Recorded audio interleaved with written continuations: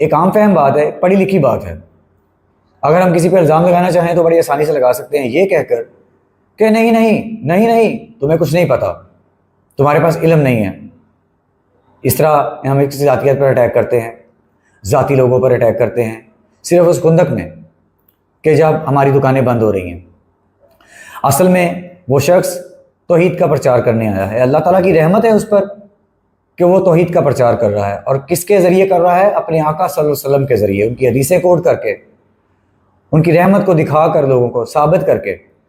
اور جس بندے نے اپنی گفتگو کا آغاز ہی اپنے اللہ کے نام اور اس کے نبی کے نام سے کرنا ہوتا ہے اور درود پڑھ کر کرنا ہوتا ہے، وہ گستاخی کا مرتکب کیسے ہو سکتا ہے؟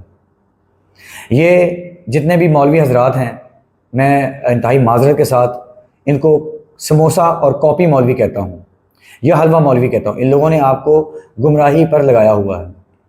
آپ سوچئے، آپ خود بھی دیکھیے، ذرا انالیسس کیجئے، ذرا تجزیہ کیجئے کہ کیا وہ بندہ غلط بات کہتا ہے؟ بالکل نہیں کہتا. وہ یہی کہتا ہے کہ اللہ کے علاوہ آپ لوگ کسی سے کچھ بھی نہیں مانگ سکتے. اللہ کے نبی صلی اللہ علیہ وسلم فرماتے ہیں کہ اگر تم نے اپنے جوتوں کا تسبہ بھی مانگنا ہے تو وہ اللہ سے مانگو. یہ کس کے منہ کے لفظ ہیں؟ ہمارے آقا صلی اللہ علیہ وسلم کے. اور یہ جو مولوی آپ کو بابوں کی پاوریں بتاتے پھرتے ہیں